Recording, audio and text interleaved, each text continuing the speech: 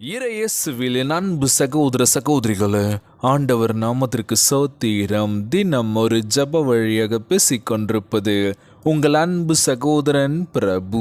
எப்படிங்க இருக்கீங்க? இன்றைய நாள் எப்படிங்க போச்சு? உங்களுக்கு மகிழ்ச்சியாக இருந்தீங்களா? எப்பவுமே சந்தோஷமா இருங்க. நம் ஆண்டவராகிய இயேசு கிறிஸ்து நம் ஜபங்களை எல்லாம் கேட்டு நம் அனைவரையும் ஆசீர்வதிக்க போகிறாரு. நம் இல்லங்களுக்கு வரப்போகிறாரு.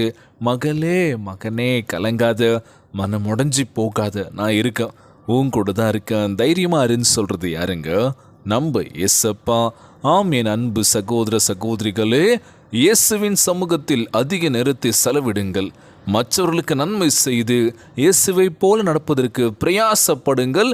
உங்கள் வாழ்க்கை பரிசுத்தமாக்கப்படும் அப்படின்னு சொன்னால், இன்றைய நாளில் ஆண்டருடைய பாதையை நோக்கி நம்ம பயணிக்கின்ற பொழுது நம்ம வாழ்க்கை நிச்சயமாய் பிரயாசமாக இருக்க போகின்றது. சூப்பராக இருக்க போகுதுங்க.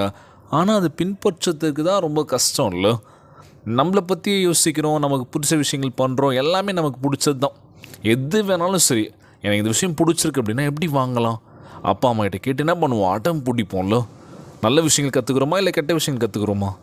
நம்மக்கிட்ட தாங்க இருக்குது எல்லாமே. ஸோ இன்றைய நாளில் ஆண்டருடைய சமூகத்தில் அதிக நேரத்தை செலவிடணும் அப்படின்னு சொல்லும் போது, நீங்கள் செபிக்கிறதுக்கு நேரத்தை செலவிடுறீங்களான்னு தெரியலையே, வேதத்தை வாசிக்கிறீங்களான்னு தெரியலையோ. அம்மாவோ இல்லையா? எத்தனை பேர் வாசிக்கிறீங்க? உண்மையாக சொல்லுங்கள் பார்ப்போம்.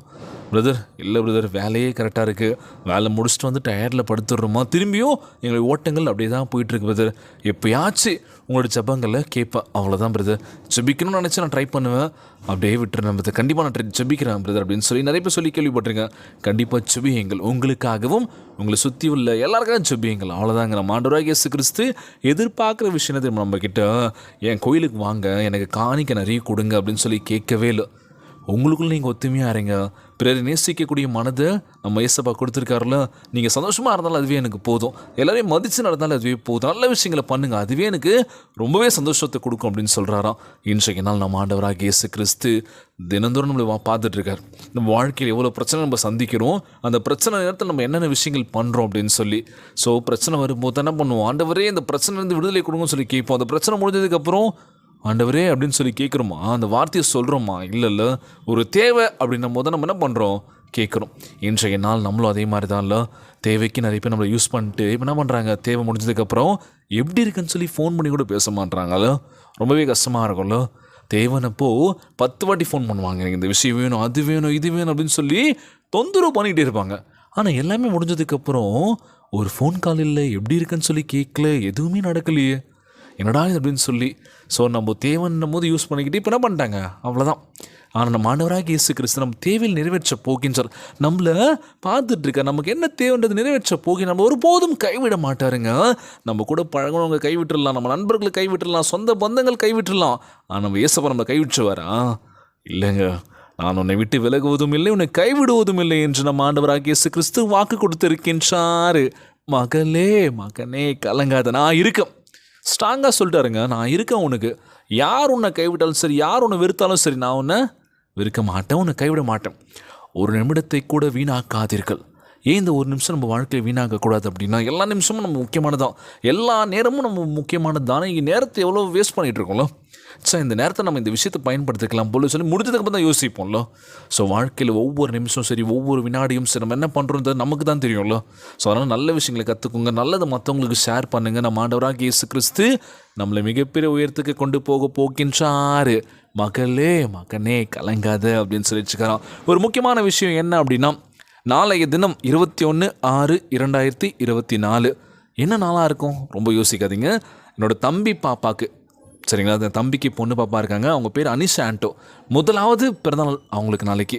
ஸோ ஃபஸ்ட்டு பர்த்டே செலிப்ரேட் பண்ணுறாங்க. அந்த பாப்பாக்காக ப்ரேயர் பண்ணிக்கோங்க. அனிஷா ஆண்டோ எப்போவுமே சந்தோஷமாக ஹாப்பியாக இருக்கணும்னு சொல்லி ப்ரேயர் பண்ணிக்கோங்க.